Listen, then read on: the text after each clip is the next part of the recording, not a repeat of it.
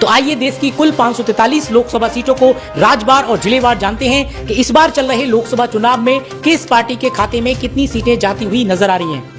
तो आइए सबसे पहले बात करते हैं देश के सबसे बड़े सूबे उत्तर प्रदेश की। कहा जाता है कि देश की केंद्र की सत्ता का रास्ता उत्तर प्रदेश से होकर के जाता है, लखनऊ होकर के जाता है। जिस पार्टी ने उत्तर प्रदेश में अच्छा प्रदर्शन किया, केंद्र में सरकार उसी पार्टी की बनती है। 2014 और 2019 इसका जीता जागता उदाहरण है। बीजेपी ने उत्तर प्रदेश के बल पर ही केंद्र की सत्ता 2 बार हासिल की है। तो यहाँ पर अगर कुल लोकसभा सीटों की बात करें तो यहाँ पर 80 लोकसभा की सीटें आती हैं। इन 80 लोकसभा की सीटों में से अगर बात करें बीजेपी के एनडीए गठबंधन के खाते में इस बार 45 सीटें जाने का अनुमान है। पिछले चुनाव में यहाँ पर बीजेपी के खाते में 62 सीटें गई थी। इस बार कहीं ना कहीं बीजेपी को यहाँ पर 45 सीटों से संतुष्ट होना पड़ सकता है। वहीं कांग्रेस पार्टी के इंडिया अलायंस की बात करें तो 35 सीटें जाती हुई नजर आ रही हैं, जिसमें जो समाजवादी पार्टी है यानी अखिलेश यादव की, वो कहीं ना कहीं इंडिया अलायंस का हिस्सा है। उस लिहाज से कहीं ना कहीं यहाँ पर इंडिया अलायंस बढ़त बनाता हुआ नजर आ रहा है पिछले 2019 के लोकसभा चुनाव के मुकाबले। अब वहीं इसके अलावा आगे बात करते हैं बिहार की। बिहार में लोकसभा की 40 सीटें हैं। पिछले एक साल में यहाँ पर काफी सियासी घमासान रहा है। यहाँ पर अगर इन 40 सीटों में से अगर बात करें बीजेपी प्लस यानी बीजेपी के एनडीए गठबंधन के खाते में 18 सीटें जाने का अनुमान है। तो वहीं कांग्रेस पार्टी और लालू प्रसाद यादव की आरजेडी पार्टी के महागठबंधन इंडिया के खाते में 22 सीटें जाती हुई नजर आ रही हैं, क्योंकि यहाँ पर नीतीश कुमार के पाला बदलने से जो यहाँ के समीकरण बदले हैं और बेरोजगारी और शिक्षा एक बड़ा मुद्दा यहाँ पर बनकर उभर रहा है। उस लिहाज से कहीं ना कहीं कांग्रेस पार्टी का इंडिया अलायंस बढ़त बनाता हुआ बीजेपी के एनडीए पर कहीं ना कहीं बिहार में नजर आ रहा है।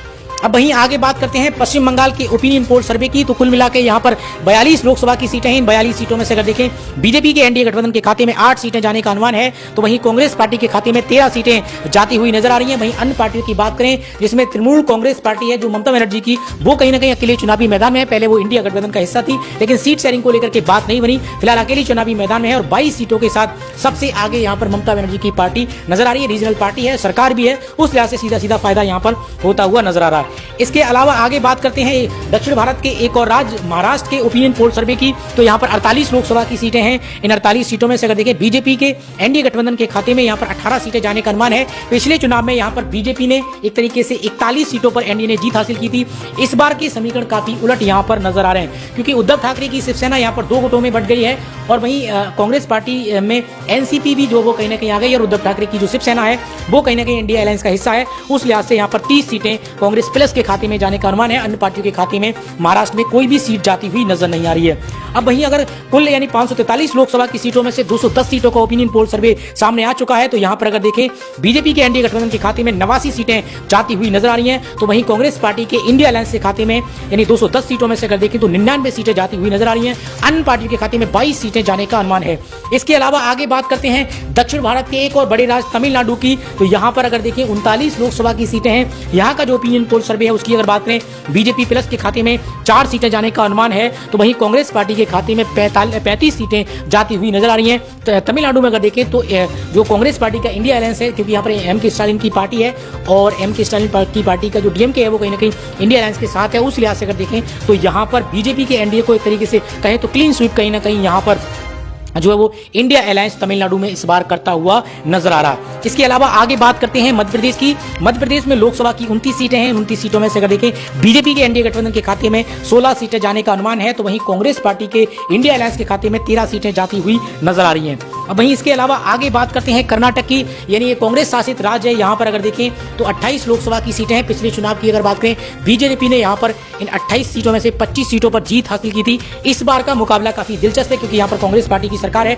उस लिहाज से अगर देखें तो यहाँ पर जो है बीजेपी को एक तरीके से चुनौती मिलती हुई साफ तौर पर यहाँ पर नजर आ रही है। बीजेपी के खाते में यहाँ पर देखें तो 18 सीटें जाने का अनुमान है। कांग्रेस पार्टी के खाते में यहाँ पर 10 सीटें जाती हुई नजर आ रही हैं। यहाँ पर राजनीतिक जानकारों का कहना है कि कांटे की टक्कर इस बार होती हुई कहीं ना कहीं यहाँ पर नजर आ रही है। पिछले 2019 के लोकसभा चुनाव के मुकाबले यहाँ पर समीकरण इस बार बदलते हुए नजर आ रहे हैं। इसके अलावा आगे बात करते हैं राजस्थान की। राजस्थान में लोकसभा की 25 सीटें हैं। इन 25 सीटों में से अगर देखें बीजेपी के एनडीए गठबंधन के खाते में 13 सीटें जाने का अनुमान है। तो वहीं कांग्रेस पार्टी के इंडिया अलायंस के खाते में 12 सीटें जाती हुई नजर आ रही हैं। अब वहीं कुल मिला के 543 लोकसभा की सीटों में से 331 सीटों का ओपिनियन पोल सर्वे सामने आ चुका है। यहाँ पर अगर देखें तो 140 सीटें जो है वो बीजेपी के एनडीए गठबंधन के खाते में जाने का अनुमान है। तो वहीं कांग्रेस पार्टी यानी विपक्षी पार्टियों के इंडिया गठबंधन के खाते में 169 सीटें कहीं ना कहीं जाती हुई नजर आ रही है। सबसे आगे बीजेपी के एनडीए को कड़ी टक्कर देता हुआ नजर आ रहा है। वहीं अन्य पार्टियों के खाते में 22 सीटें जाने का अनुमान है। इसके अलावा केरल के ओपिनियन पोल सर्वे की अगर बात करें तो 20 लोकसभा की सीटें हैं। इसमें से अगर देखें कांग्रेस पार्टी के खाते में 16 सीटें जाने का अनुमान है, तो वहीं अदर पार्टियों के खाते में 4 सीटें जाती हुई नजर आ रही हैं। यहाँ पर अगर देखें बीजेपी को इस बार जो अपनी बीजेपी जिस तरीके से केरल में, इसके अलावा अगर बात करें तमिलनाडु में अपनी सियासी जमीन जो वो तलाशने की कोशिश कर रही थी, उसमें कहीं ना कहीं इस बार भी नाकामयाब होती हुई नजर आ रही है। इसके अलावा आगे बात करते हैं उड़ीसा की। उड़ीसा में लोकसभा की 21 सीटें हैं। 21 सीटों में से अगर बात करें बीजेपी के एनडीए गठबंधन के खाते में 5 सीटें जाती हुई नजर आ रही है, तो वहीं कांग्रेस पार्टी के खाते में भी 5 सीटें जाने का अनुमान है। अन्य पार्टियों के खाते में 11 सीटें जाती हुई नजर आ रही है। यहाँ पर बीजू जनता दल सत्ताधारी पार्टी है, उस लिहाज से यहाँ पर अन्य जो मजबूती के साथ लड़ते हुए और पार्टियों के मुकाबले नजर आ रहे हैं। वहीं आगे बात करते हैं आंध्र प्रदेश की। आंध्र प्रदेश में लोकसभा की 25 सीटें हैं। यहाँ के अगर ओपिनियन पोल सर्वे की बात करें बीजेपी के खाते में अगर देखें तो 5 सीटें जाने का अनुमान है। यहाँ पर जो चंद्रबाबू की नायडू की जो पार्टी है टीडीपी, वो इंडिया अलायंस का हिस्सा है, तो उस लिहाज से देखें बीजेपी प्लस को यहाँ पर 5 सीटें मिलती हुई नजर आ रही है। तो वहीं कांग्रेस पार्टी के खाते में 8 सीटें जाने का अनुमान है। यहाँ पर जगनमोहन रेड्डी की पार्टी के खाते में अगर देखें तो 12 सीटें जाने का अनुमान है। यहाँ पे रीजनल पार्टी है और सभी पिछले चुनाव के मुकाबले अगर देखें तो जगनमोहन रेड्डी की पार्टी के खाते में यहाँ पर अगर देखें तो 22 सीटें रहती, तो उस हिसाब से देखें तो कहीं ना कहीं यहाँ पर नुकसान होता हुआ कहीं ना कहीं नजर आ रहा है। अब वहीं आगे बात करते हैं तेलंगाना के ओपिनियन पोल सर्वे की। तो यहाँ पर 17 लोकसभा की सीटें हैं। इन 17 सीटों पे अगर देखें तो बीजेपी के प्लस के खाते में यहाँ पर 3 सीटें जाने का अनुमान है। पिछले चुनाव में यहाँ पर के मुकाबले 1 सीट का कहीं ना कहीं नुकसान होता हुआ नजर आ रहा है। कांग्रेस पार्टी के खाते में 10 सीटें जाती हुई नजर आ रही हैं। तो वहीं अदर पार्टियों के खाते में, जिसमें असदुद्दीन ओवैसी की पार्टी और चंद्रशेखर की पार्टी, इसके अलावा मायावती का भी अलायंस टीआरएस के साथ हो गया है, तो 4 सीटें यहाँ पर 17 सीटों में से जाने का अनुमान है। तो इस तरीके के समीकरण यहाँ पर बनते हुए नजर आ रहे हैं। अब वहीं कुल मिला के 543 लोकसभा की सीटों में से 414 सीटों का ओपिनियन पोल सर्वे सामने आ चुका है, जिसमें से 153 सीटें बीजेपी के एनडीए गठबंधन के खाते में जाती हुई नजर आ रही हैं। वहीं विपक्षी पार्टियों के एनडीए गठबंधन के खाते में 414 सीटों में से 208 सीटें जाती हुई नजर आ रही हैं। वहीं अन्य पार्टियों के खाते में अगर देखें तो 53 सीटें जाने का अनुमान है। तो इस तरीके के समीकरण फिलहाल इस ओपिनियन पोल के अनुसार यहाँ पर बनते हुए नजर आ रहे हैं। इसके अलावा असम के ओपिनियन पोल सर्वे की बात करें तो 14 लोकसभा की सीटें हैं। इन 14 सीटों में से अगर देखें बीजेपी के खाते में 8 सीटें जाने का अनुमान है, तो वहीं कांग्रेस प्लस के खाते में 4 सीटें जाती हुई नजर आ रही हैं। अन्य पार्टी के खाते में 2 सीटें जाने का अनुमान है। इसके अलावा आगे बात करते हैं झारखंड की। झारखंड में लोकसभा की 14 सीटें हैं। इन 14 सीटों में से अगर बात करें बीजेपी के खाते में 5 सीटें जाती हुई नजर आ रही हैं, तो वहीं कांग्रेस पार्टी के खाते में 8 सीटें जाने का अनुमान है। तो वहीं अन्य पार्टियों के खाते में 1 सीट जाती हुई नजर आ रही है। यहाँ पर अगर देखें यूपीए की सरकार है और यहाँ पर यूपीए की तरफ से अगर देखें तो जो झारखंड मुक्ति मोर्चा है वो कहीं ना कहीं यूपीए के साथ है और आदिवासी मुख्यमंत्री है हेमंत सोरेन, वो ईडी के द्वारा उनको अरेस्ट कर लिया गया, फिलहाल वो जेल में है। तो जो आदिवासी मुख्यमंत्री होने के कारण अगर देखें तो कहीं ना कहीं जो सहानुभूति है वो इंडिया अलायंस के साथ इस बार जो है वो इस समय पे नजर आ रही है। वहीं आगे बात करते हैं अब पंजाब की। पंजाब में लोकसभा की 13 सीटें हैं। यहाँ के समीकरण भी काफी उलट नजर आ रहे हैं। बीजेपी के लिहाज से यहाँ पर अगर देखें इन 13 सीटों में से बमुश्किल 1 सीट जाती हुई नजर आ रही है। वहीं कांग्रेस पार्टी के खाते में 11 सीटें जाने का अनुमान है। आम आदमी पार्टी यहाँ पर अकेले चुनावी मैदान में है, 1 सीट जाने का अनुमान है। तो कुल मिला के अगर यहाँ पर देखें तो जो समीकरण है यहाँ पे पंजाब में एक तरीके से बड़ी चुनौती बीजेपी को फिलहाल यहाँ पर बनती हुई नजर आ रही है। अब वहीं आगे बात करते हैं छत्तीसगढ़ की। छत्तीसगढ़ में लोकसभा की 11 सीटें हैं। इन 11 सीटों में से अगर बात करें बीजेपी प्लस के खाते में 6 सीटें जाने का अनुमान है।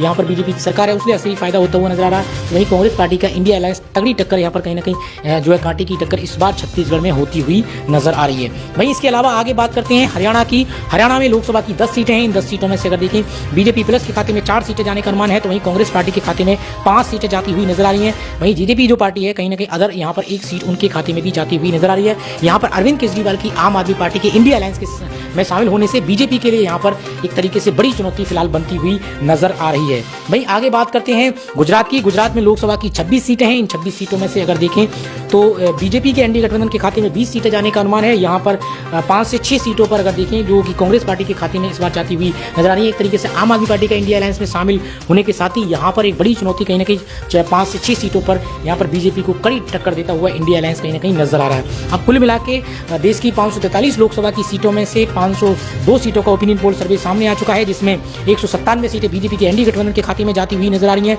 तो वहीं कांग्रेस पार्टी के इंडिया अलायंस के खाते में अगर देखें तो 247 सीटें इस ओपिनियन पोल के अनुसार जाने का अनुमान है। वहीं अन्य पार्टियों की बात करें तो 58 सीटें इस ओपिनियन पोल में जाती हुई नजर आ रही हैं। वहीं इसके अलावा उत्तराखंड की बात करें, उत्तराखंड में लोकसभा की 5 सीटें हैं। इन 5 सीटों में से अगर देखें बीजेपी प्लस के खाते में 2 सीटें जाती हुई नजर आ रही हैं, तो वहीं कांग्रेस पार्टी के खाते में 3 सीटें जाने का अनुमान है। अन्य पार्टियों के खाते में कोई भी सीट जाती हुई नजर नहीं आ रही है।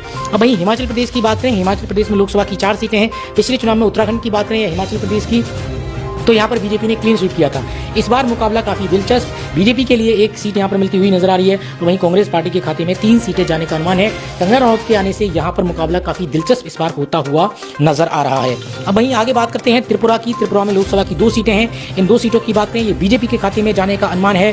कांग्रेस पार्टी और अन्य पार्टियों के खाते में यहाँ पे कोई भी सीट जाती हुई नजर नहीं आ रही है। इसके अलावा अरुणाचल प्रदेश की बात करें, अरुणाचल प्रदेश में लोकसभा की 2 सीटें हैं और ये दोनों ही सीटें भाजपा के एनडीए गठबंधन के खाते में जाने का अनुमान है। कांग्रेस प्लस और अदर पार्टियों के खाते में कोई भी सीट जाती हुई नजर नहीं आ रही है। इसके अलावा मणिपुर की बात करें, मणिपुर में लोकसभा की 2 सीटें हैं और ये दोनों ही सीटें कांग्रेस पार्टी के इंडिया अलायंस के खाते में जाने का अनुमान है। भाजपा के एनडीए और अन्य पार्टियों के खाते में मणिपुर में इस बार कोई भी सीट मिलती हुई नजर नहीं आ रही है। इसके अलावा मेघालय की बात करें, मेघालय में लोकसभा की 2 सीटें हैं और ये दोनों ही सीटें कांग्रेस पार्टी के खाते में जाने का अनुमान है। यहाँ पर बीजेपी के एनडीए और अन्य पार्टियों के खाते में मेघालय में कोई भी सीट जाती हुई नजर नहीं आ रही है। इसके अलावा गोवा की बात करें, गोवा में लोकसभा की 2 सीटें हैं और इन 2 सीटों की अगर बात करें तो एक सीट बीजेपी के खाते में जाने का अनुमान है, तो वहीं एक सीट कांग्रेस पार्टी के खाते में जाती हुई नजर आ रही है। अब वहीं इसके अलावा सिक्किम की बात करें, सिक्किम में लोकसभा की 1 सीट है और एक सीट बीजेपी के खाते में जाने का अनुमान है। अन्य पार्टियों के खाते में यहाँ पर कोई भी सीट जाती हुई नजर नहीं आ रही है। अब वहीं आगे बात करते हैं नागालैंड की। नागालैंड में लोकसभा की 1 सीट है और ये एक सीट बीजेपी के खाते में इस बार जाती हुई नजर आ रही है। वहीं आगे बात करते हैं मिजोरम की। मिजोरम में लोकसभा की 1 सीट है और ये अन्य पार्टियों के खाते में, जिसमें जेडपीएम पार्टी की अभी हाल ही में नई सरकार बनी है, उनके खाते में कहीं ना कहीं ये सीट जाती हुई नजर आ रही है। जेडपीएम यहाँ पर अकेले चुनावी मैदान में है। अब वहीं इसके अलावा आगे बात करते हैं देश की राजधानी दिल्ली की। दिल्ली में लोकसभा की 7 सीटें हैं। इन 7 सीटों में से अगर देखें, इस बार दिल्ली का मुकाबला काफी बेहद रोचक होता हुआ कहीं ना कहीं नजर आ रहा है, क्योंकि यहाँ पर जो है वो बीजेपी की तरफ से अगर देखें तो टिकट जो है वो काटे हैं अपने जो पुराने मौजूदा जो सांसद थे।